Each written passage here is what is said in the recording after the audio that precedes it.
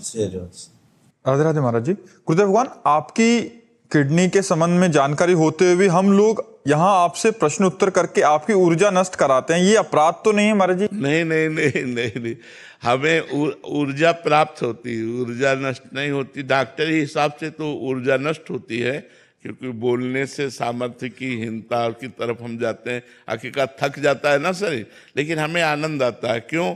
क्योंकि अगर एक सुधर गया तो हमारा जीना सार्थक हो गया।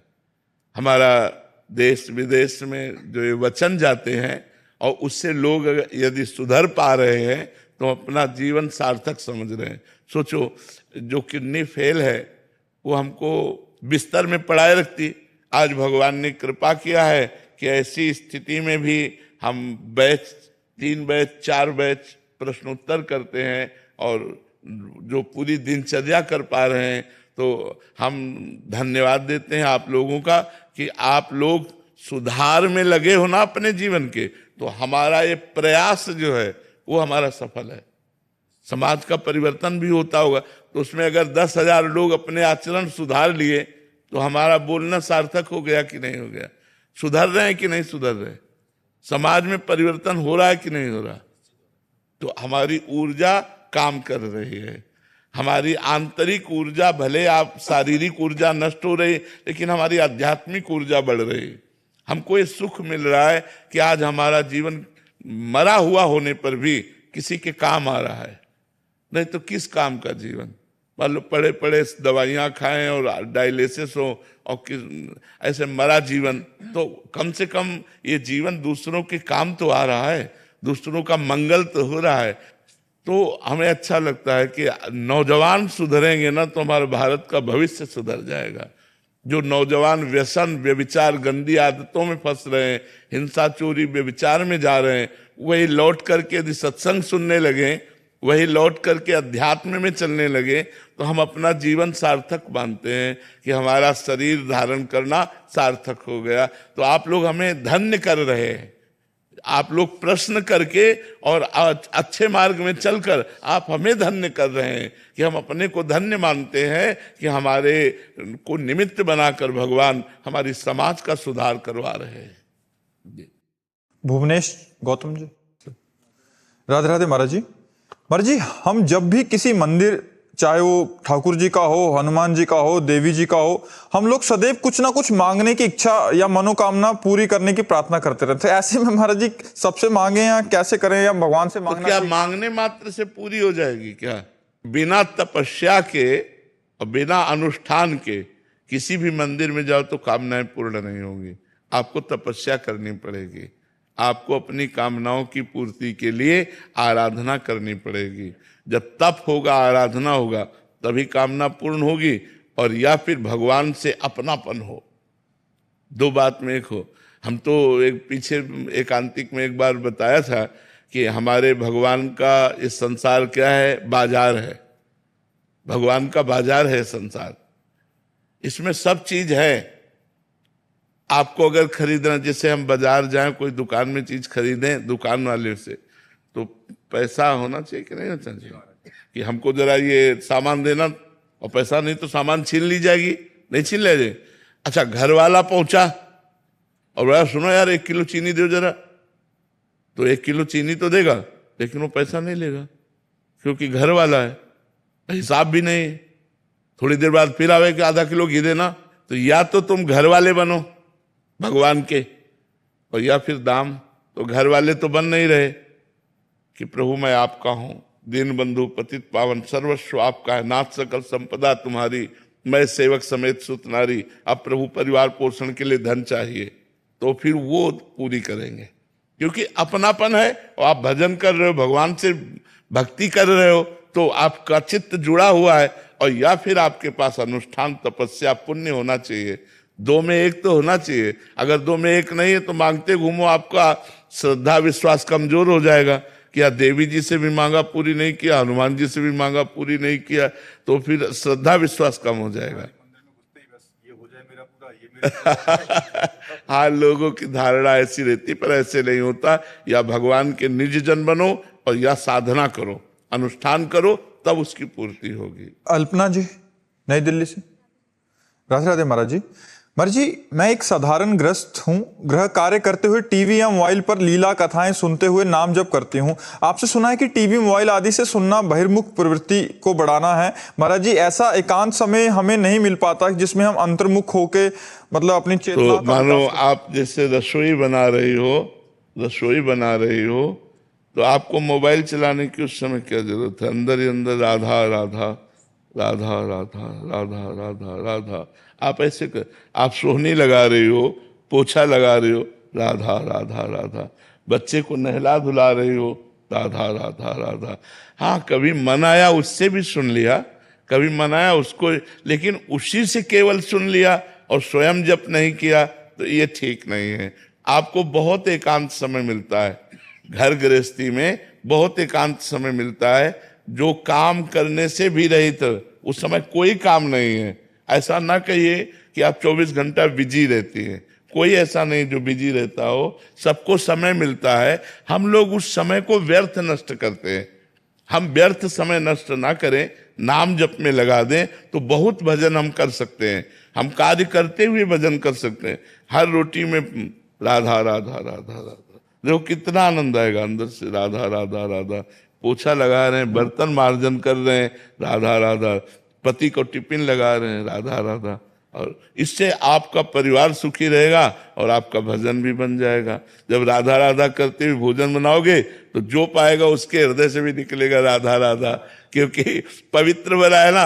अच्छा, मन हमारा जैसे टीवी चल रहा है तो सांसारिक चिंतन भी कर सकता है, और राधा नाम जप करते हुए अगर संसारिक चिंतन करेगा तो डिलीट करता जाएगा, वो उसको नष्ट करता जाएगा। तो समय मिले तो थोड़ा एकांत भी जप कर लो, और जब मन ज्यादा भागे तो टीवी चला के भी कार्य करते रहो, कोई बात नहीं। लेकिन वो खास बात नहीं, खास बात है आपके हृदय से निकल रहा है राधा राधा और आप काम कर रहे हो, ये बहुत जोर की बात। महाराज जी, ऐसा गृह कार्यों में ऐसा कर सकते हैं जैसे, क्योंकि बहुत सारे गृहस्थी के कार्य होते हैं, तो ऐसे एकांतिक लगा दिया या सत्संग लगा दिया, साथ साथ नाम भी जप कर रहे हैं और साथ साथ भोजन भी बना रहे हैं, हाँ, सुन भी रहे हैं, अपने को जप करना ही है। बिना अपने जप किए बात नहीं बनेगी, अपने को जप करना है। मान लो कान तो पवित्र हो गए सुन के, लेकिन मन पवित्र कैसे होगा? जब तक आप सुमिरन नहीं करेंगे तब तक आपका मन पवित्र नहीं होगा। मन को पवित्र करने के लिए आपको सुमिरन करना पड़ेगा। आपको आप टाइम आप निकाल लो। हमें तो बाधा लगती है, जैसे कोई भी टीवी है सब, अगर हम अभ्यास कर लें तो बड़ा आनंद आएगा। हर कार्य करते हुए, फावड़ा चलाते हुए, जब युद्ध करते हुए नाम जप हो सकता है तो हर कार्य करते हुए नाम जप किया जा सकता है अभ्यास के कारण। अभ्यास की कमी होने के कारण जब हम काम में लगते हैं तो भूल जाते हैं भगवान को। और अगर हम अभ्यास कर लें तो बीच बीच में भगवान का स्मरण करते हुए हम हर कार्य कर सकते हैं। अभिनव वर्मा जी, काशीपुर से। राधे राधे महाराज। राधे राधे महाराज जी। महाराज जी, साधन पक्ष करते समय अहंकार तथा विकारों को कैसे रोकें महाराज जी? विवेक के द्वारा, बुद्धि के द्वारा नहीं रोका जा सकता, विवेक के द्वारा। और विवेक सत्संग से प्राप्त होता है, बिन सत्संग विवेक न होए। सत्संग दो प्रकार से होता है, एक साधु महात्माओं से और एक होता है शास्त्र से। हम शास्त्रों का स्वाध्याय करें और संत महात्माओं का संग करें, उनकी वाणी का चिंतन करें, मनन करें, तो हमारी बुद्धि में विवेक जागृत हो जाए। जब विवेक जागृत होता है तो अज्ञान का नाश होता है। जब अज्ञान का नाश होता है, सत्य वस्तु का निर्णय होता है, तो फिर अहंकार अज्ञान में ही होता है। जितना अहंकार है ये सब अज्ञानी को होता है। ज्ञानी महापुरुष को या भगवान के भक्त को कभी अहंकार नहीं होता है। और अहंकार में ही सारे दोष विराजमान हैं। जो काम क्रोध लोभ मोह मद मत्सर हैं, ये अंतःकरण के अहंकार में विराजमान। अंतःकरण चतुष्टय चार है, बुद्धि मन चित्त अहंकार। तो जो अंतःकरण चतुष्टय में अहंकार है, उसी में काम क्रोध लोभ मोह मद मत्सर विराजमान है।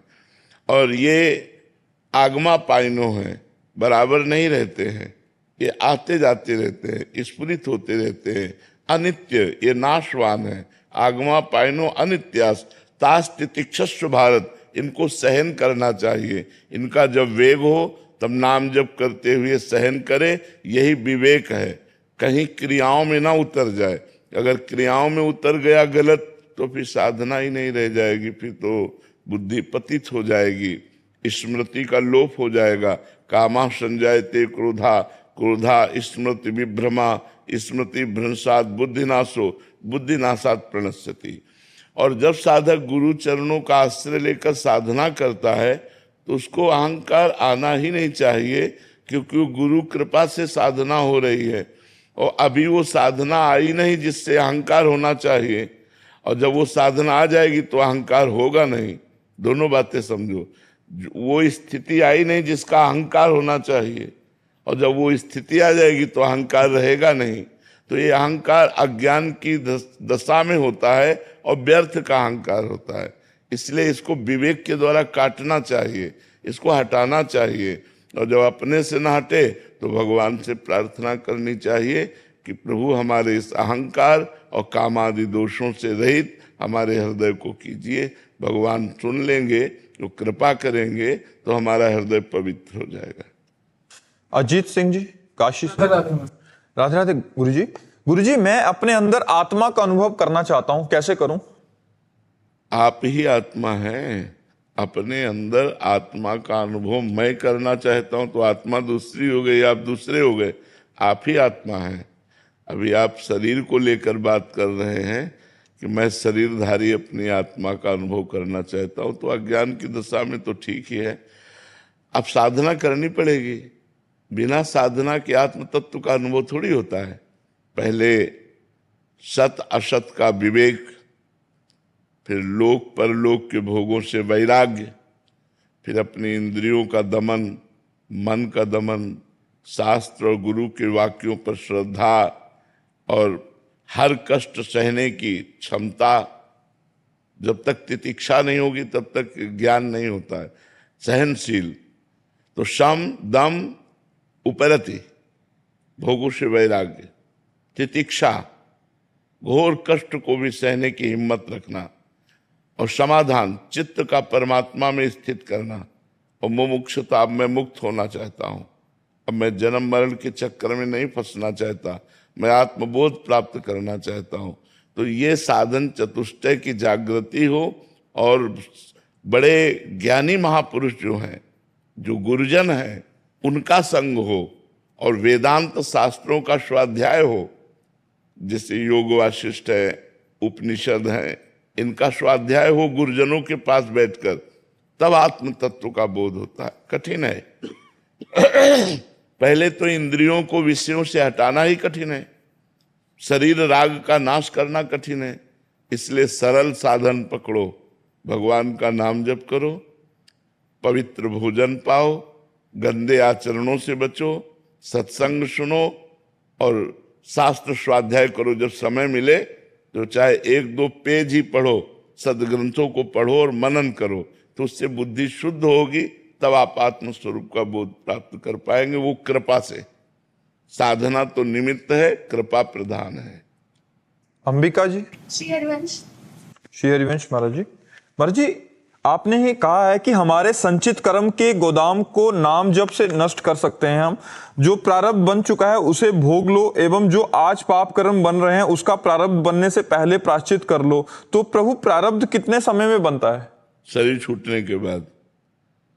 जहां हमारा शरीर छूटा तो नए शरीर का प्रारब्ध तुरंत रचना करके उसको नई योनि में भेज दिया जाता है। जब तक ये शरीर है, मृत्यु नहीं आती, तब तक इसका प्रारब्ध है। और जहां मृत्यु आई तो दूसरे शरीर के प्रारब्ध की रचना करके उसको भेज दिया जाएगा। अब वो किस शरीर में भेजा जाता है, कर्मानुसार उसकी अंतामति कहाँ थी, उसी के अनुसार उसकी गति होगी। जीवन भर उसने कौन से कर्म किए मनुष्य शरीर पा करके अंत में उसकी स्थिति कहाँ थी, उसके अनुसार उसको नई योनि, नया प्रारब्ध, नए भोग उसको उपस्थित करा दिए जाते हैं।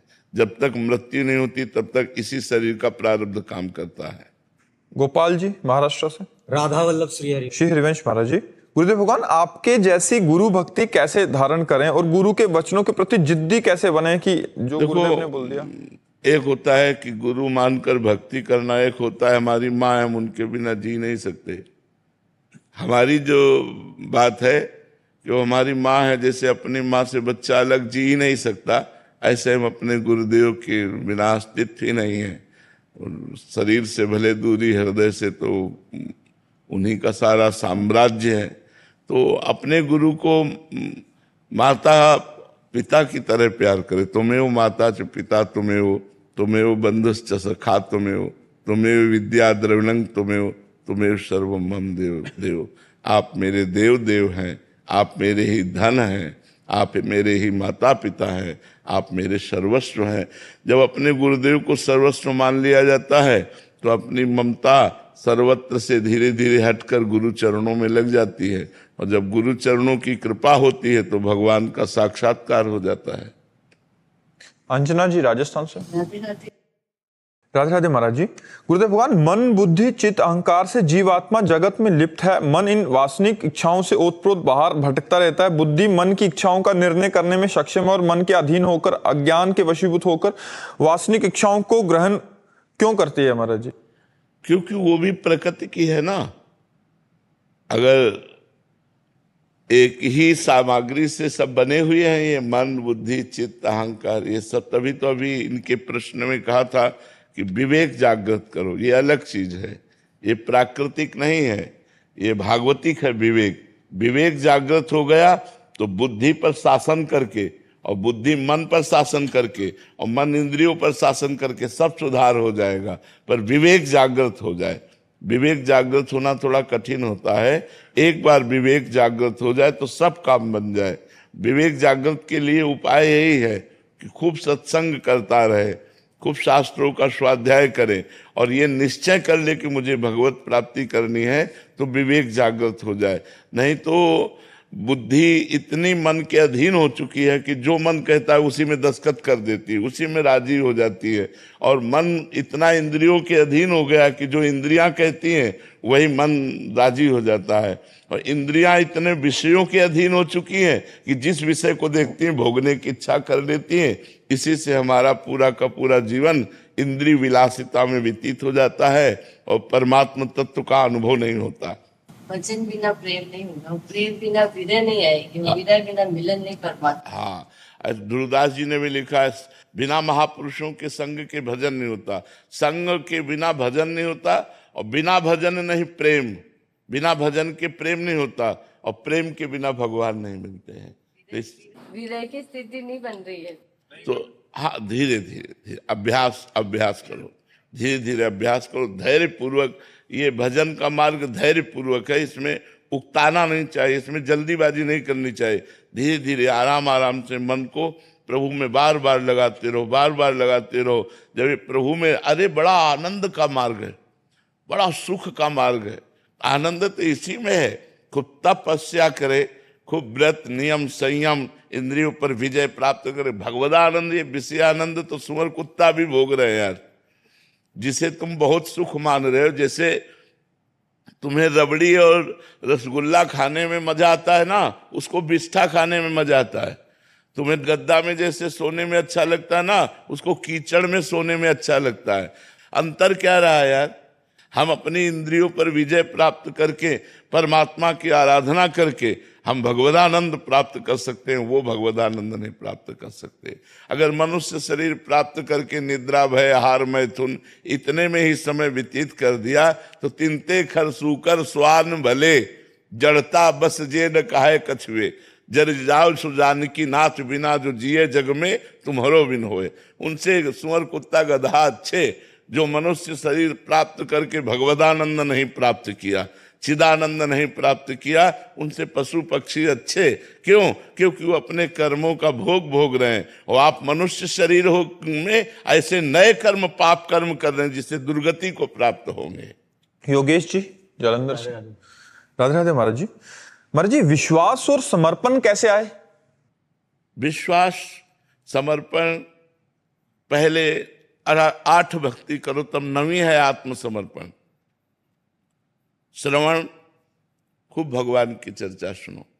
कीर्तन, भगवान के नाम का कीर्तन करो, भगवान की गुण कथा लीला गाओ, रोज भागवत नियम पूर्वक पढ़ो, रोज रामचरितमानस का पाठ करो, रोज भगवान के पावन चरित्रों को श्रवण करो। श्रवणम, कीर्तनम और स्मरणम। थोड़ी देर एकांत में बैठकर भगवान के नाम का ध्यान करते हुए जप कर रहे, भगवान की जैसी भी बन रही रूप माधुरी का ध्यान कर रहे। हमारे भगवान ऐसे हैं। स्मरणम, श्रवणम, कीर्तनम, स्मरणम और विष्णु पाद सेवनम। भगवान के चरणों की सेवा, घर में ठाकुर जी विराजमान कर ले, ठाकुर जी के स्नान कराना आदि सब सेवाएं सीख ले।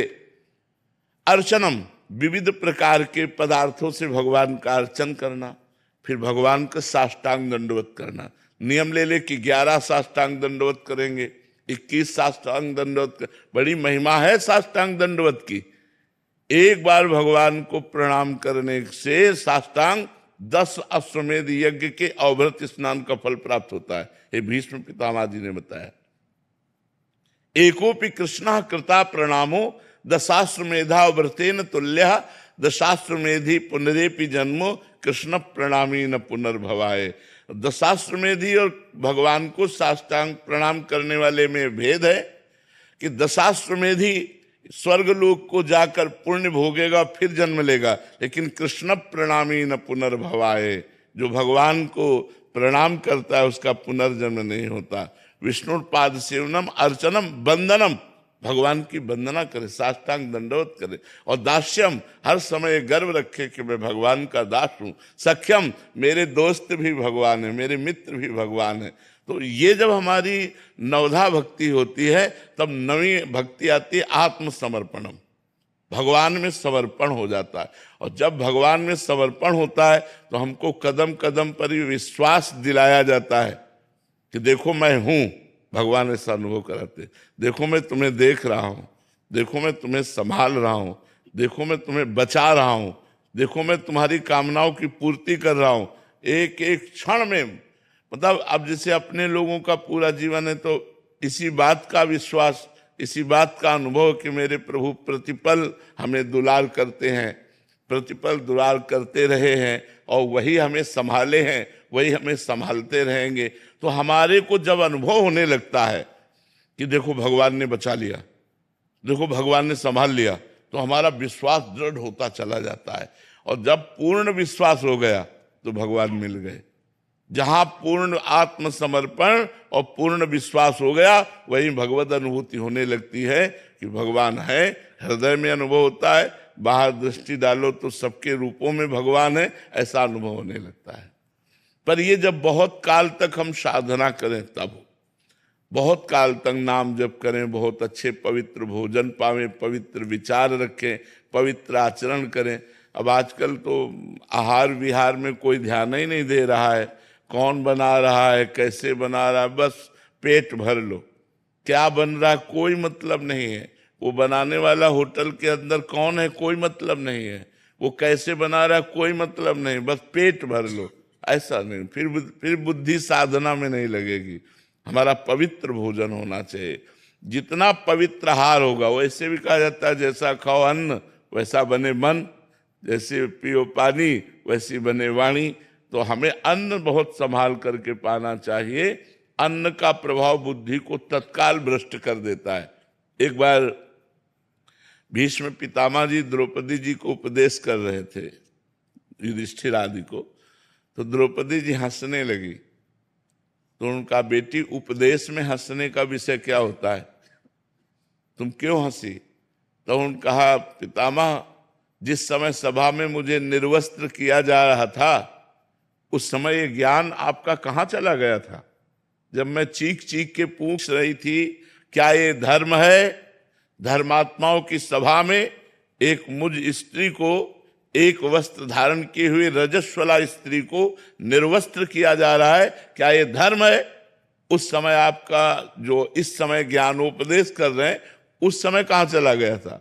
तो उनका ठीक कहा बेटी, उस समय पापी अधर्मी दुर्योधन का अन्न खाए था, इसलिए हमारी बुद्धि काम नहीं कर रही थी। 6 महीना बाणों की सैया पर पड़े हो गए, वो रक्त सब बह गया। आज हमारी बुद्धि शुद्ध है, आज जो प्रश्न करोगे उसका सही उत्तर प्राप्त होगा। तो जब तक हमारी बुद्धि शुद्ध नहीं होगी, इतने बड़े महात्मा का भी अन्न ने प्रभाव बदल दिया बुद्धि का, तो हम लोग तो बहुत छोटे जीव हैं। अगर हमारी ऐसी खान पान की सामग्री अपवित्र रही तो हम भगवदानंद पर विचार ही नहीं कर सकते। हम तो धन्यवाद देते हैं आप लोगों को कि इस कलिकाल में, इस माया के प्रवाह में आप सत्संग सुनने आए हैं, आप अपने जीवन को अध्यात्म से जोड़ना चाहते हैं। ये भगवान की बड़ी कृपा है। नहीं ऐसा माया का प्रवाह, कलिकाल का प्रवाह चल रहा है कि बस खाओ पियो, रुपया कमाओ, भोग भोगो, इतना ही दिमाग में रह गया है। मरना है, यहाँ से जाना है, ये विचार ही नहीं रह गया। हमें अच्छे कर्म करके जाना है, हमें भजन करके जाना है, हमें भगवान को पाना, ऐसे विचार ही नहीं रह गए हैं। इसलिए खूब नाम जप करो। कुछ ना बन पावे तो बस नाम जप करो, इसी से सब ठीक हो जाएगा। कलिकाल में और साधनों को करना बड़ी कठिनता है और नाम जप की बड़ी कृपा है, इसलिए खूब नाम जप करो। कृष्णा यादव जी प्रयागराज से। महाराज जी, यदि कोई व्यक्ति हमारे प्रति ईर्ष्या या द्वेष भावना रख रहा है तो उससे हमारा जीवन में क्या प्रभाव पड़ता है और उससे हमारे अंदर क्रोध की भावना? कोई फर्क नहीं पड़ता। हमको कोई बुरा कहता है या भला कहता है, हमारे ऊपर कोई फर्क नहीं पड़ता। हम किसी को बुरा भला ना कहें, नहीं तो फर्क पड़ जाएगा। हमारे अंदर किसी के प्रति द्वेष ना हो। यदि हमसे कोई द्वेष करता है तो हमारा कुछ नहीं बिगाड़ सकता है। वो अपना ही स्वभाव बिगाड़ रहा है, अपने कर्म बिगाड़ रहा है। हमको चाहिए कि हम द्वेष करने वाले से भी द्वेष ना करें। हम दूसरे का जो हमारा अहित कर रहा है उसका भी हम हित सोचें तो हमारा मंगल हो जाएगा, हमारे पक्ष में भगवान हो जाएंगे। और जिस पक्ष में भगवान होते हैं वहाँ विजय ही विजय होती है, आनंद ही आनंद होता है। इसलिए दूसरों से तो द्वेष करना नहीं, और जो हमसे द्वेष करते हैं उनसे बुरा नहीं मानना। जो हमसे नफरत करें, द्वेष करें, जो हमसे घृणा करें, जो हमारा अपमान करें, हम उनके साथ भी व्यवहार अच्छा करें तो हमारे पक्ष में भगवान हो जाएंगे। भगवान जिसके पक्ष में हो गए वो सदैव विजयी होता है, वो सदैव दुख विपत्ति से बच जाता है। इसलिए खूब नाम जप करो। कोई तुमसे द्वेष करे तुम्हारा कुछ नहीं बिगाड़ सकता। डॉक्टर नवीन जी। राधे राधे महाराज जी। महाराज जी, आप कह रहे हैं कि पिछले 9 सालों से ये सेवाएं दे रहे हैं डॉक्टरी की। अभी क्या होता है कि कोई बहुत ज्यादा जिसको स्वास्थ्य लाभ हो जाए तो इनको फिर कोई या गाड़ी गिफ्ट कर देता है या मोबाइल दे दिया या ऐसे, तो ऐसे में उपहार लेना महाराज जी हमारे लिए कितना वो है, स्वीकार करना चाहिए? कभी कभी गृहस्थी में ले सकते हो, कोई घूस थोड़ी ले रहे हो। मान लो कोई घूस थोड़ी ले रहे हो, अब उसकी प्रसन्नता हो गई, आपने सेवा की और वो स्वास्थ्य प्रारब्ध से ठीक हो गया, आपकी सेवा बनी, और आपको वो अगर गाड़ी दे रहा है या कुछ दे रहा है तो गृहस्थ में हो, आप ले सकते हो। आप उस अगर आपके पास अर्थ और बढ़ रहा है तो आपके पास कभी ऐसे बीमार जब आवे जिनके पास धन नहीं है तो आप अपनी तरफ से लगा के कर दीजिए। समझ रहे ना? आपको कोई गिफ्ट दे रहा है, ले लिया। अब हम इंतजार करते हैं उस समय का जब कोई ऐसा गरीब आदमी आता है जिसके पास पैसा नहीं, अब हम पैसा लगाएंगे और उसको बीमारी ठीक करके, ये हमारी तरफ से उसको गिफ्ट होगी कि हम उसका स्वास्थ्य ठीक करके और एक पैसा नहीं लेंगे और उससे राधे राधे कहेंगे। तो ये काम करो। जिनके पास है कि हम डॉक्टर साहब हमारे पास फीस नहीं, कोई बात नहीं, दवाई का भी पैसा नहीं, हम लगा देंगे, ऐसा काम करो जिससे आपका मंगल हो जाएगा, आपके ऊपर भगवान की कृपा हो जाएगी। जो परहित करता है आप इच्छा मत रखिए, लेकिन अगर ऐसा अवसर आता है कि आपको कोई देता है तो आप उसको ले लीजिए और उसी के हिसाब से आप किसी गरीब की सेवा कर दीजिए। ठीक है ना? कृष्ण गुप्ता जी। जय श्री हरिवंश। राधे राधे महाराज जी। गुरु जी, आपकी कृपा से सत्संग में ये बात समझ आई कि ये मनुष्य जीवन भगवान की प्राप्ति के लिए मिला है। हम जब साधकों और उपासकों को देखते हैं तो खुद को उनकी चरण धूलि के बराबर भी नहीं पाते। हमें श्री जी की नित्य सेवा चाहिए पर हमसे कोई योग्यता हमें दिखाई नहीं दे पा रही। महाराज जी, ऐसे में प्रियाजू भगवान की प्राप्ति कैसी हो जाए? आप हमें ये बात बताओ, एक आदमी अगर धन चाहता है तो वो सोचता है कि बैठे रहने से अच्छा है हम लेबरी ही कर लें, तो 8 घंटे काम करता है, 500 रुपये कमाना शुरू कर देता है। जब हमें धन की इच्छा होती है तो हमें मेहनत करना पड़ेगा, केवल इच्छा मात्र से पूर्ति नहीं होगी। तो हमें यदि परमात्मा प्राप्ति की इच्छा सुदृढ़ करनी है, परमात्मा प्राप्ति करनी, तो हमें साधना करना पड़ेगा। ये पक्की बात है कि हमसे कोई साधन बनेगा नहीं, तो ऐसी बात नहीं हम मानते। हमारा मनुष्य जन्म मिला ही है साधना के लिए, हमें नाम जप करना है। ये जरूर है कि हम में बल नहीं है, हमें भगवान बल देंगे। हम अपने को अहंकार से युक्त होकर मैं ऐसा कर दूंगा, ऐसा ना बोलूं, वो बात तो ठीक है, लेकिन अंदर से ध्यान रखना है कि जैसे धन कमाने वाले को मेहनत करनी ही पड़ती है, ऐसे ही अगर हम भगवत पद प्राप्त करना चाहते हैं तो हमें ये मेहनत करनी होगी। गंदे आचरणों का त्याग करके अच्छे आचरण करना, भगवान का नाम सुमिरन करना, भगवान की कथा सुनना, परोपकार करना, इसी से भगवान की कृपा प्राप्त होती है। ये करना पड़ेगा। अगर ऐसा नहीं तो फिर भगवान के सब लाडले हैं, भगवान का कोई दुश्मन थोड़ी है। भगवान की तो सब पर दया है, सब पर कृपा है, पर उन्नति को वही प्राप्त होता है जो मेहनत करता है, चाहे जिस मार्ग में हो। हमारे संत मार्ग में जो खूब तपस्या परायण है, खूब भजन परायण है और किसी से प्रतिग्रह नहीं लेता, वही ऊपर उठ जाता है। और जो भोगों में रत रहता है वो तो सामान्य मनुष्य की तरह रहता है। नहीं तो सही ढंग से तपस्या की जाए तो मनुष्य शरीर में रहते हुए भी भगवत भाव की प्राप्ति हो जाती है, और लोग कहने लगते हैं तो साक्षात भगवान है।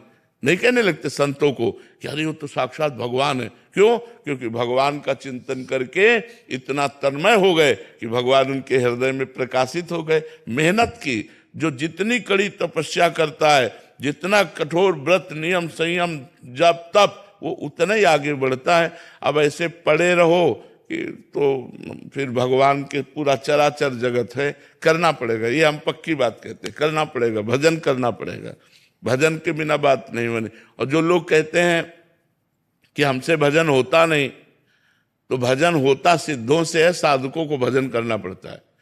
अब हम जब शुरुआत की थी तो अपने गुरुजी की 2 वर्ष बाद गुरुजी अंतर्ध्यान हो गए थे, तो समाधि बनी थी। तो शाम तक तो सबके नजरों में रहते और इसके बाद एकांत समाधि के पास बैठ जाते रात्रि में, और बस शाम सदाशिव शाम सदाशिव शाम सदाशिव शाम सदाशिव शाम 4-6 घंटे ऐसे ही जैसे हम कह रहे हैं, 4 से भन्न मच जाता दिमाग में एकदम, शाम सदाशिव शाम सदाशिव शाम सदाशिव शाम सदाशिव, ऐसे रटते रटते रटते रटते रटते। अब वो धीरे धीरे उपांश होने लगा, उपांश से मानसिक में पहुंच गए। अब वही मंत्र लगा लो, चाहे नाम जप कर लो, वही मानसिक जब चलने लगा तो आनंद की अनुभूति होने लगी। अब कहते भजन होता नहीं, तो ऐसे थोड़ी भजन होने लगेगा कि तुम बैठो आनंद से भजन हो रहा है। ये तो सिद्धों का होता है, साधक को तो भजन करना पड़ता है। आदित्य प्रकाश जी, प्रयागराज से। राधे राधे महाराज जी। महाराज जी, क्या भक्ति एवं आराधना के लिए मंत्र आवश्यक है? हाँ, बिल्कुल आवश्यक है। बिना मंत्र के कैसे बनेगा? और जब तक मंत्र ना मिले तब तक क्या करें? नाम जप करना चाहिए। और मंत्र क्या किसी से किताब से पढ़ के कर सकते हैं, गुरु से ही? नहीं, किताब से पढ़ के कोई सिद्ध हो जाता है क्या? किताबी ज्ञान से कोई सिद्ध हो जाता है क्या? आज तक कोई सिद्ध हुआ हो किताबी ज्ञान से तो हमें बताना। बिना गुरु की कृपा के चाहे शिव बिरंच सम होई, गुरु बिनु भवनिधि तरह न कोई। गोस्वामी जी ने ऐसे थोड़ी लिख दिया है। बिना गुरु के प्राप्त हुए मंत्र से मायामल का नाशी नहीं होता, अज्ञान का नाशी नहीं होता। गुरु कृपा पात्र को ही माया छोड़ देती है, अपने आप छोड़ देती है। वो अपने आप माया मुक्त हो जाता है जिसके ऊपर गुरु की कृपा रहती है, जो गुरु का गुरु मंत्र लेकर के निरंतर। आप सोचो, हम आप मनुष्य हैं, जब भगवान श्री कृष्ण जी संदीपनी जी को गुरु मान करके उनसे शिक्षा दीक्षा ले रहे हैं, भगवान राम जी, गुरु वशिष्ठ जी, महामुनि विश्वामित्र जी, इनके चरणों की सेवा करके शिक्षा दीक्षा ले रहे हैं, तो हमको भगवान ने अवतार लेकर के शिक्षा दी है। जिनकी श्वासों से चारों वेदों का प्रादुर्भाव हुआ, वो भगवान किसी से पढ़े, ये आश्चर्य की बात। जाकी श्वास वेद श्रुति चारी, सो हरि पढ़े, ये अचरज भारी। वो हरि पढ़ रहे, वो गुरु चरणों में बैठे। हम लोग तो अज्ञानी जीव, हमको तो गुरु की जरूरत है ही, लेकिन जो स्वयं परब्रह्म परमात्मा है, उन्होंने भी गुरु बनाया, उन्होंने भी गुरु चरणों का आश्रय लिया। तो हमें चाहिए कि गुरु चरणों का हम आश्रय लें। हम बिना गुरु चरणों के आश्रय के बात बनेगी नहीं। सुरुचि जी जालंधर से। राधे राधे महाराज जी। महाराज जी, हमें कैसे पता चले कि हमारा जन्म क्यों हुआ है? हमें बताइए कि आपका जन्म क्यों हुआ है। ये जानकारी अगर मिल जाए तो आप तत्परता पूर्वक उसका पालन करेंगे। कोशिश कर सकते हैं। हमारा जन्म हुआ है साधन धाम मोक्ष कर द्वारा, पाए न जे परलोक सम्हारा। हमारा जन्म हुआ है भगवान की प्राप्ति के लिए। भगवान ने कबहू करी करुणा नर देही, देत ईस बिनु हेतु सनेही। बिना हेतु प्रेम करने वाले कृपा सिंधु भगवान ने मुझे जो मनुष्य शरीर दिया है वो केवल भजन करके भगवान की प्राप्ति के लिए दिया। हम आकर के यहाँ रिश्ते नातों में फंस गए, भोगों में फंस गए और भूल गए कि हमारा कर्तव्य क्या है। हम अपने को स्त्री मान लिया, अपने को पुरुष मान लिया और इसी में व्यवहार करते हुए पूरा जीवन व्यतीत हो गया। अब हमारा जब अगला जन्म होगा तो मनुष्य जन्म नहीं होगा, फिर हमें योनियों में जाना पड़ेगा। 83,99,999 योनियां हैं, एक मनुष्य शरीर मिलाकर 84 लाख होते हैं। तो अन्य योनियों में क्या सुविधाएं हैं, अन्य योनियों में कितनी समस्याएं हैं, वो सब हमें भोगनी पड़ेंगी। मनुष्य शरीर में तो सुविधाएं हैं, हमें पीड़ा है तो हम अस्पताल जा सकते हैं, भूख लगी तो हम व्यक्त कर सकते हैं, प्यास लगी तो हमारे पास सुविधा है। लेकिन अन्य योनियों में बहुत सी ऐसी योनियां हैं, जंगलों में है, जो बहुत कष्ट पा रहे हैं। तो हमारा भगवान ने कष्ट देख करके हमको मनुष्य शरीर दे दिया कि चलो तुम 84 लाख योनियों से अपना उद्धार कर लो। लेकिन अब फिर वही भूल भुलैया में फंस गए, पति पुत्र परिवार इसका पालन पोषण, और बस फिर भगवान को भूल करके पूरा का पूरा जन्म फिर यूं व्यतीत हो गया। अब हमें फिर जाना पड़ेगा अन्य योनियों में। इसलिए अभी जो समय है उसे सार्थक कर लो। राधा राधा राधा, कृष्ण कृष्ण कृष्ण, राम राम राम। जो नाम प्रिय हो नाम जप करो, और जो कर्म करो वो भगवान को समर्पित कर दो, और परिवार में सब में भगवान को देखने की चेष्टा करो। पुत्र रूप में भगवान ही है, क्योंकि उसके अंदर भगवान है। अब वो अंतर ध्यान हो जाए तो पुत्र से आप भी प्यार नहीं करेंगे, उसके शरीर को नष्ट करवा देंगे। पति का शरीर, पुत्र का शरीर, अपना शरीर, ये तभी तक प्यारा है जब तक इसमें भगवान है। तो अपने परिवार में भगवान देखें, अपने मोहल्ले में भगवान देखें, अपने गांव में भगवान देखें, अपने समाज में भगवान देखें, अपनी भावना बढ़ाते चले जाएं, और सारे जगत में जिस दिन भगवान को देख लिया उसी दिन मुक्त हो जाएंगे। सिय राम में सब जग जानी, करो प्रणाम जोरि जुग पानी। तो आप समझ पा रहे ना आपका जन्म क्यों हुआ है? भगवान की प्राप्ति के लिए हुआ है। प्रोफेसर संजय माथुर जी जर्मनी से। राधे राधे महाराज जी। महाराज जी, मैं पिछले 32 वर्षों से जर्मनी में कार्यरत हूं। 2 वर्ष पूर्व आपके दर्शन का लाभ प्राप्त हुआ एवं जीवन में राधा नाम का प्रवेश हुआ। महाराज जी, तभी से कर्म भाव परिवर्तित हो गया। कर्म सेवा तो वही है, किंतु मन में कर्म के प्रति एक खिन्नता सी, एक उदासीनता से आ गए। जिन कार्यों को करने में उत्साह होता था, संतुष्टि होती थी, अब समय चुराने का मन होता है कि भजन में लगाएं। किसका है? हाँ, ये सही ढंग से नाम जप कर रहे हो तो ये उसका फल है। सही ढंग से जो नाम जप होता है तो इस झूठे संसार से मन हटने लगता है, सब व्यर्थ लगने लगता है। लेकिन अंदर ही अंदर इस बात को छुपा के बाहर से अपने कर्तव्य का पालन करना चाहिए। तो अपने कर्तव्य का निर्वाह मन ना होने पर भी करते रहना चाहिए। यही सच्चा भजन का फल है कि हमारा मन कहीं किसी कार्य में, किसी पद प्रतिष्ठा में, किसी भोग में अच्छा न लगे, उसे वो जाए ना, उसे रुचे ना, कोई चाह न रह जाए। जैसे जैसे चाह मिटती जाएगी वैसे वैसे हृदय भगवान के नजदीक पहुंचता जाएगा, और जहां चाह पूरी मिट गई तो वहां भगवत साक्षात्कार हो जाएगा। सकल कामनाहीन जे राम भगति रस लीन। जिनकी सारी कामनाएं नष्ट हो गई हैं वो भगवान के प्रेम में डूब गए हैं। हम तो धन्यवाद देते हैं कि आप जर्मनी में रह करके नाम जप करके ऐसा भाव प्राप्त कर रहे हैं। बहुत उत्तम बात है, बढ़ते रहिए और इस भाव को दबाते रहिए। अंदर जितनी आग अंदर दबती जाएगी उतनी भस्म करती जाएगी वासनाओं को। जो दुर्वासना हमारे मन में जमा है ना, वो सब नष्ट होती जाएगी, वो मन निर्मल हो जाएगा। और निर्मल मन जन सो मोहि पावा। जहां मन निर्मल हुआ भगवान का साक्षात्कार हो गया। बस नाम पकड़ लो, बस ऐसे ही नाम जपते रहो। रिक्की जी दिल्ली से, राधे राधे महाराज जी। महाराज जी, आपके श्रीमुख से सुना है कि जब हम जैसे साधक जो गृहस्थ आश्रम में है, यदि निष्ठापूर्वक साधना करें तो वो स्वयं को तार सकते हैं। महाराज जी, अपने प्रियजनों को आपकी दिव्य वाणी के वीडियो साझा करके मैं आपके निर्देशित मार्ग पर चलने के लिए प्रेरित करता हूं। महाराज जी, ये कार्य आध्यात्मिक उन्नति के लिए मेरे लिए कल्याणकारी सिद्ध होगा? हाँ, क्या अच्छा, मतलब इसको मैं परिवर्तित अच्छा, हाँ अच्छा है। परिवार और मित्रजनों में सद्भावनाएं बांटनी चाहिए। जो हम जैसे हमें जो प्रिय लगा खान पान की चीज तो सोचते हैं 250 ग्राम ले लेते हैं, अपने घर वालों को ले चलते हैं, अपने दोस्तों को पवाएंगे, बहुत अच्छा लगा। ऐसे ही हम सत्संग में आए, हमें जो प्रिय लगा वो हम अपने परिवार को, अपने मित्रों में साझा करें कि आज हमने सुना, ऐसा ऐसा सुना। तो समस्त दुखों के नाश का एकमात्र उपाय प्रभु का नाम है। यार तुम भी जपा करो। परिवार के जनों को हम ऐसा प्रेरित कर सकते हैं, मित्रों को प्रेरित कर सकते हैं, सत्संग सुना सकते हैं। ये अध्यात्म में लगाने से उनका मन अगर थोड़ा भी लगेगा तो आपको उसका पुण्य मिलेगा कि आपका मन और अधिक भगवान में लगने लगेगा। इसलिए ऐसा करना चाहिए। दूसरों को नाम जप में लगाना चाहिए, गंदी आदतों से बचाना चाहिए। जैसे मित्र है कि अगर वो शराब पीता है, मांस खाता है, तो उसको अपने प्यार का बल रख करके कि आप छोड़ दीजिए।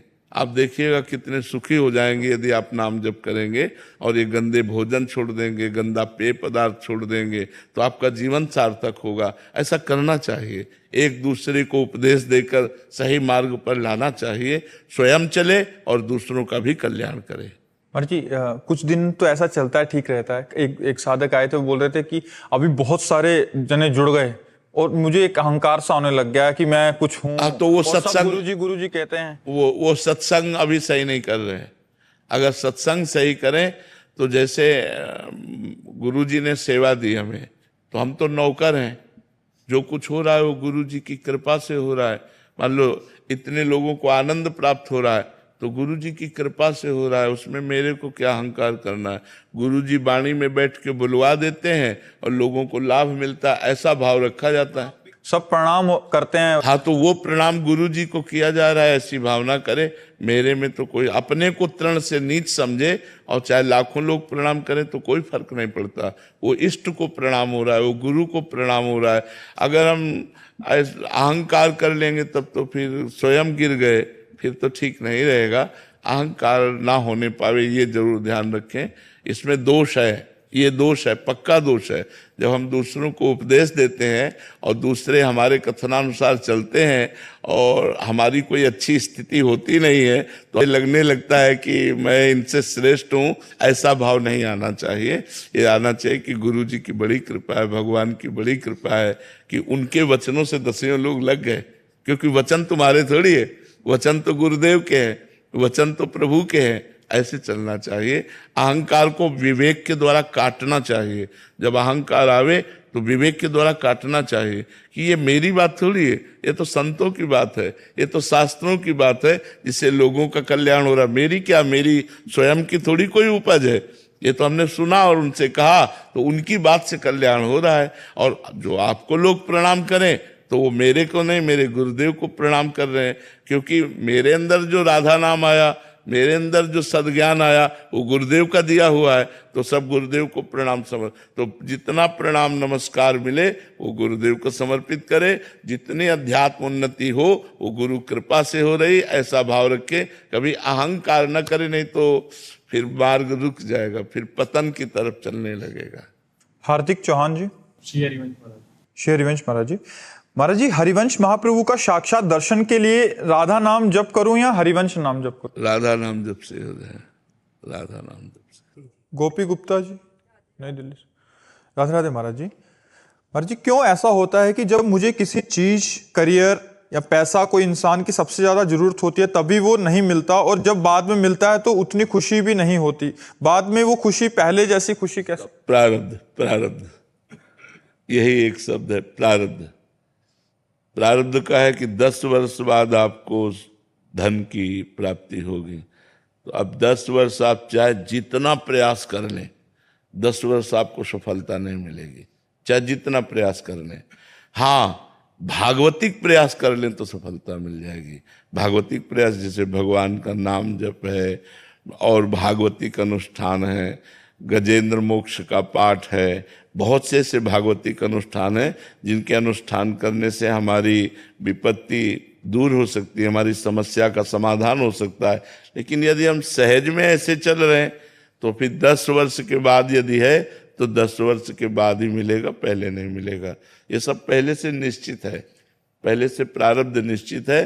पुरुषार्थ के लिए तुम्हें, अब जैसे इस समय आप हैं, अब आप नाम जप कर सकते हैं, ये आपको प्रारब्ध से क्या लेना देना। तो नाम जप हम खूब डट के कर रहे हैं तो सब वस्तुएं, सब आप जो कह रहे हैं कि जब मुझे मांग होती है तब मिलता नहीं है, जब मिलता है तब मांग नहीं होती। और हम कहते हैं जब मांग की जरूरत है आप मांगो या ना मांगो, अपने आप वो दे देगा यदि उससे कनेक्शन बना लो तो। संबंध जोड़ो प्रभु से, प्रभु को अपना मान लो। हमने मांगा थोड़ी है, ये व्यवस्था मांगा थोड़ी कि भगवान हमको ऐसी व्यवस्था दे दो। अपने आप वो सब कर रहे हैं, उनको पता है कि अपने जन को किस समय क्या जरूरत है। मुझे लगता है भगवान की शरण में आया जाए और भगवान का नाम जप किया जाए तो प्रारब्ध हमको परास्त नहीं कर पाएगा। मतलब भगवान का भरोसा, हम तुम्हें पक्की बात कहते, भगवान का भरोसा और भगवान का आश्रय ये सब ठीक कर देगा। अगर भगवान से विमुख हो तो फिर प्रारब्ध तो फिर देख लो मिट्टिया मेट कर ही रहा है। सारे संसार को सुख दुख के चक्र में फंसाकर समय को नष्ट कर रहा है। मृत्यु नजदीक आ जाती है, दुर्लभ मानव शरीर छूट जाता है, फिर अन्य योनियों में हम भटकते रहते हैं। हमें न भजन करने का अधिकार मिलता है, न क्रियमाण कर्म करने का अधिकार मिलता है, केवल भोग भोगते रहते हैं। जी प्रेमिला जी नोएडा से। श्री हरिवंश महाराज जी, गुरुदेव भगवान, मेरे अंदर की कमियां मुझे आईने की तरह साफ साफ दिखाई देती हैं। जब क्रिया हो जाती है तब अंदर बहुत ग्लानि जलन होती है। प्रभु, मैं चाहकर भी इन कमियों को दूर नहीं कर पा रही। गुरुदेव भगवान, ऐसे में कैसे? हाँ, भगवान से प्रार्थना कीजिए। कुछ कमियां ऐसी होती हैं, हम ये गलत कहते हैं कि हम चाह कर भी नहीं छोड़ पाते। हमारी सुख बुद्धि होती उन कमियों में। जो भी कमी होती है जिसे हम छोड़ना चाहते हैं और हम भूल से कह रहे हैं कि हमारी चाह है छूट जाए पर छूटती नहीं है, ये भूल से कह रहे हैं, सही नहीं कह रहे। अगर सही कहें तो हमारी उससे सुख बुद्धि नष्ट हो जाए। जो पदार्थ है, जो वस्तु है, जो व्यक्ति है, जहां हमसे गलती हो रही है उसमें हमारी सुख बुद्धि होती है।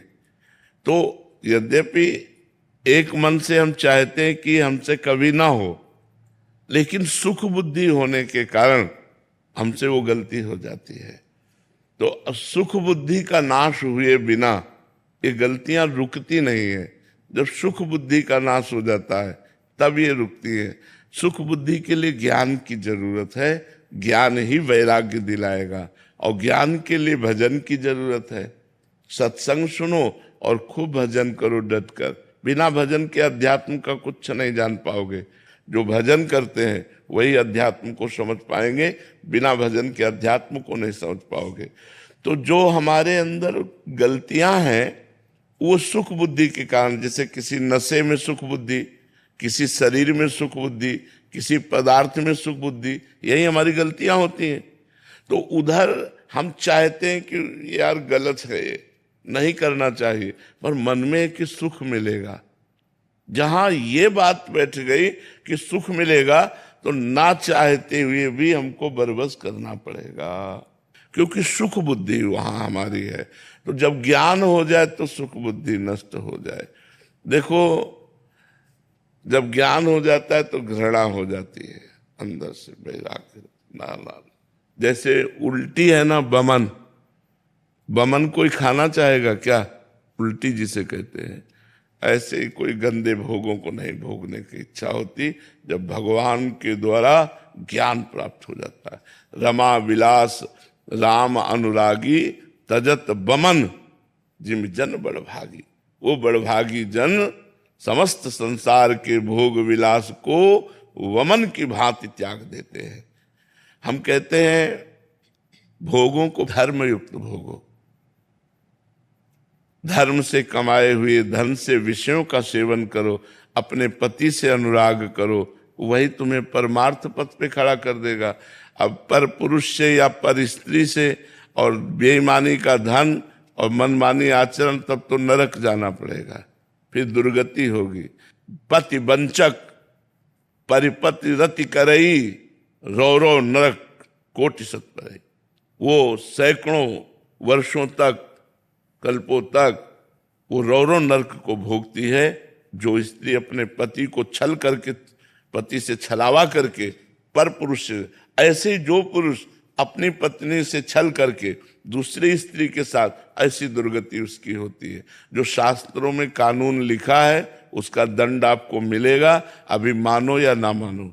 तो ऐसे ही हमें चाहिए कि मन को डराना भी चाहिए कि अगर हमसे पाप हो गया तो हमें नरक जाना पड़ेगा, अगर हमसे कानून के खिलाफ कोई कार्य बन गया तो हमें जेल जाना पड़ेगा, हमारा जीवन बर्बाद हो जाएगा। नहीं नहीं नहीं, मन को डरा करके, समझा कर, बुझा करके कहाँ कितनी बार भोगोगे? भोग कर देख लो, वही नया चाव कि इससे नहीं इससे भोगो, ऐसे नहीं ऐसे भोगो, ये कब तक चलेगा? नहीं नहीं नहीं, मुझे एक वो सुख चाहिए जो अविनाशी है, जिसका कभी नाश नहीं होता। वो सुख चाहिए जो बढ़ने वाला है, जिसमें दुख नहीं है। इसलिए विचार पूर्वक भजन करते हुए ज्ञान के द्वारा असत भोगों का त्याग करके भगवान की तरफ बढ़ो, इसी में शांति मिलेगी। गंदे भोगों में कभी शांति सुख नहीं मिलता है। योगानंद शर्मा जी चित्रकूट से। राधे राधे महाराज जी। महाराज जी, कंचन कामनी के प्रति जो महत्व बुद्धि बनी रहती है, साधक उसका नाश कैसे करे महाराज जी? यही महत्व बुद्धि जब प्रभु में होती है, भगवान में होती है, परमात्मा में होती है, तो ये नष्ट हो जाती है। जब तक परमात्मा में महत्व बुद्धि नहीं होती, तब तक भोगों में महत्व बुद्धि बनी रहती है। कंचन का खास महत्व नहीं है, कंचन से भोग मिलते हैं। कंचन मतलब अर्थ होता है, अर्थ से भोग मिलते हैं, इसलिए महत्व है। भोग प्रधान बात है, प्रधान बात भोग है। भोग इंद्रियों से भोगा जाता है, और इंद्रियां और मन ये भोगों में इतना रत है कि भगवान की तरफ चलना ही नहीं चाहते हैं। मना कष्टान इंद्रियाणि प्रकृति स्थान कर सती। तो जो हमारे अंदर की ममता है, आसक्ति है, राग है, ये ऊर्ध्वगामी न होकर अधोगामी हो गया। अब हमको प्रयास करना, मनुष्य जन्म साधन धाम, मोक्ष कर द्वारा पाए न जे परलोक संभारा। ये हमें साधना करने के लिए मनुष्य जन्म मिला है। यदि हम संयम पूर्वक आहार करें, सबसे पहली साधना की भूमिका आहार पर टिकी हुई है। पवित्र आहार और थोड़ा आहार, सूक्ष्म आहार, दबा के खूब ऐसे अच्छे अच्छे पदार्थ भोजन वो साधक है। शरीर का मांस बढ़ेगा, वजन बढ़ेगा, भजन नहीं बढ़ेगा। और जब तक भजन नहीं बढ़ेगा, तब तक आप इंद्रिय और मन पर विजय नहीं प्राप्त कर सकते। तो जब हम भगवान की लीला कथा सुनते हैं, भगवान के प्रेमी संतों का संग करते हैं और स्वयं शास्त्रों का स्वाध्याय करते हैं, तो धीरे धीरे हमारी बुद्धि में महत्व बुद्धि भगवान की तरफ होने लगती है। अगर हम मोबाइल से गलत दृश्य देखेंगे, गंदे बच्चों का संग करेंगे, गंदे लोगों का संग करेंगे और गंदी क्रियाएं करेंगे, तो हमारी महत्व बुद्धि भोगों में बनी रहेगी। और जब तक भोगों में बनी रहेगी, तब तक हमको गिराती रहेगी बार बार। इसलिए हम अधिक समय नाम जप में, कुछ समय शास्त्र स्वाध्याय में और कुछ समय सत्संग में। रोज हम संतों के पास नहीं पहुंच पाते तो मोबाइल है, मोबाइल से सत्संग चयन करो, महापुरुषों के, साधारण मनोरंजन वाले नहीं। महापुरुषों के वचनों को श्रवण करो और श्रवण करके मनन करो और उसके अनुसार फिर देखो कि आपकी चित्तवृत्ति प्रभु में कितनी लग रही है और संसार में कितनी लग रही है। बार बार भगवान से प्रार्थना करो, हे नाथ बहुत जन्म व्यतीत हो गए भटकते हुए, अब भटकना नहीं चाहता, अब प्रभु कृपा करो और मुझे भजन प्रदान करो। जितना भजन करोगे उतनी महत्व बुद्धि कंचन कामिनी से हटती चली जाएगी, अच्छा ही नहीं लगेगा। भजन, खान पान ठीक हो और खूब भजन हो, शास्त्र स्वाध्याय हो, संतों का संग हो, निश्चित बुद्धि माया पर विजय प्राप्त कर लेगी। यही माया है कंचन कामिनी कीर्ति। लोकैष्णा, पुत्रैष्णा, वित्तैष्णा, यही है कामना। इन्हीं कामनाओं की पूर्ति करने में साधक विचलित रहता है। और एकांत में बहुत पवित्र समय व्यतीत होना चाहिए।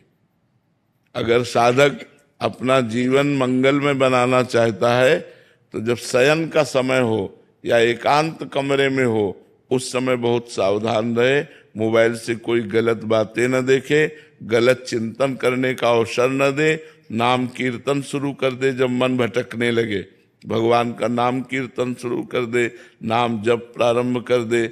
नहीं मन लग रहा, बाहर टहलने लगे, कोई गंदा दृश्य न देखे, कोई गंदा चिंतन न करे, कोई गंदी क्रिया न करे। और जब बहुत काल तक ऐसा समय व्यतीत करे, दीर्घ काल तक, तब हमारा हृदय दृढ़ हो जाता है।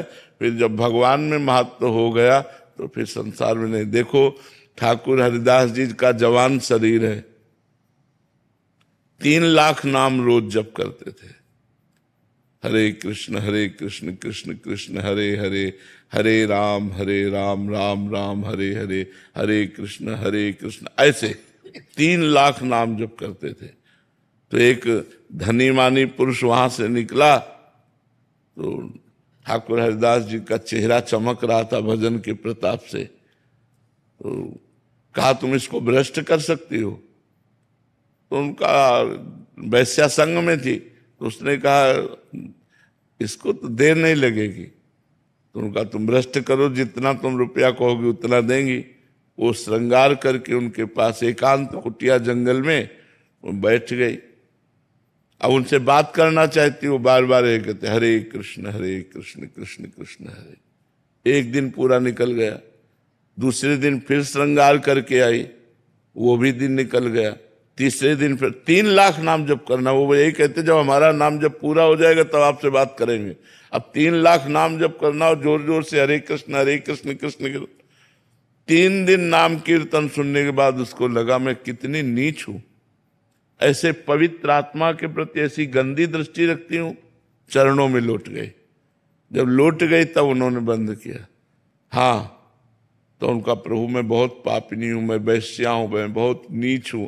तो बोले कोई नहीं, बात नहीं, भगवान कृष्ण सबका कल्याण कर देते हैं।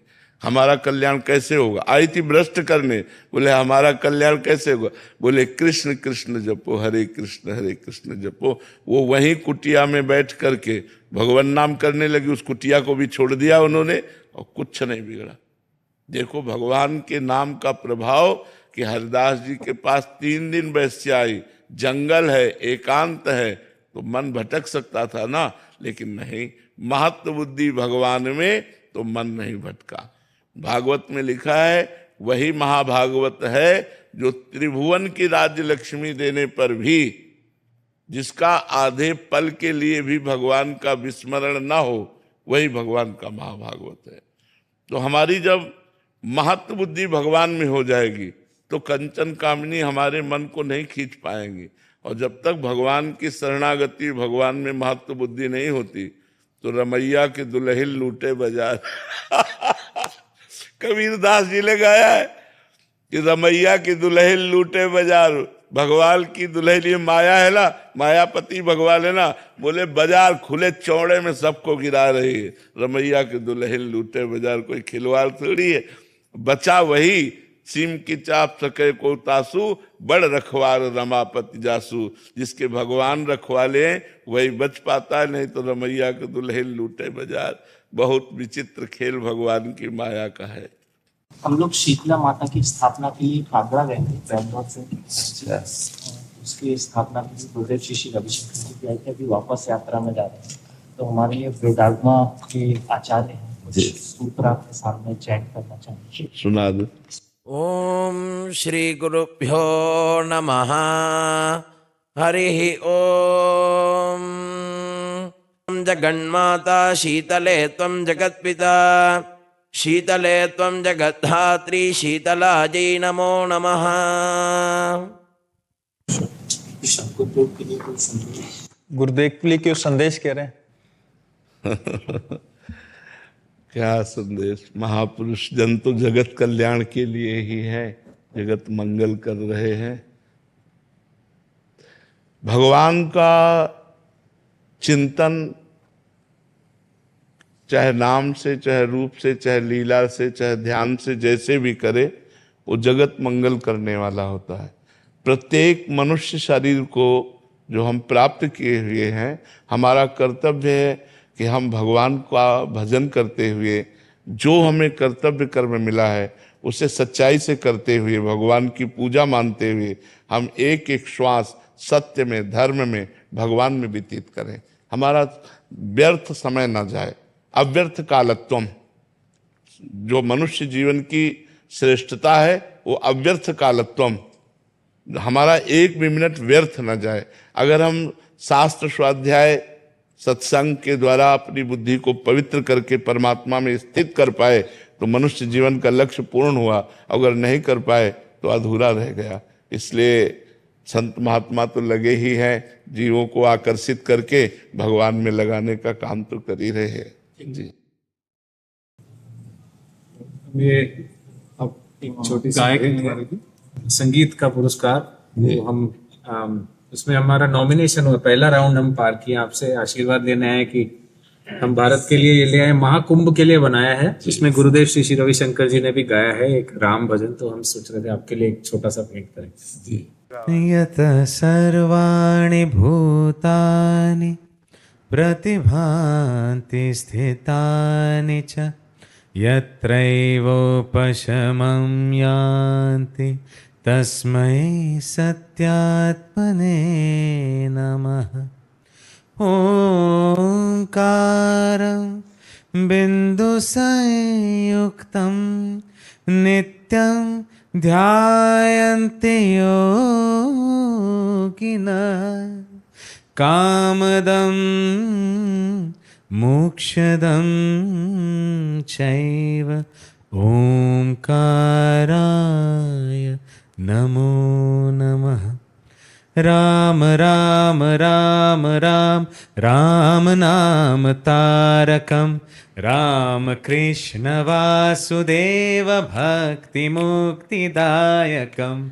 राम राम राम राम राम नाम तारकं, राम कृष्ण वासुदेव भक्ति मुक्तिदायकं। जानकी मनोहरं, जानकी मनोहरं सर्वलोकनायकं। जानकी मनोहरं सर्वलोकनायकं, शङ्करादिसेव्यमान पुण्यनाम कीर्तनं, पुण्यनाम कीर्तनं, पुण्यनाम कीर्तनं। राम राम राम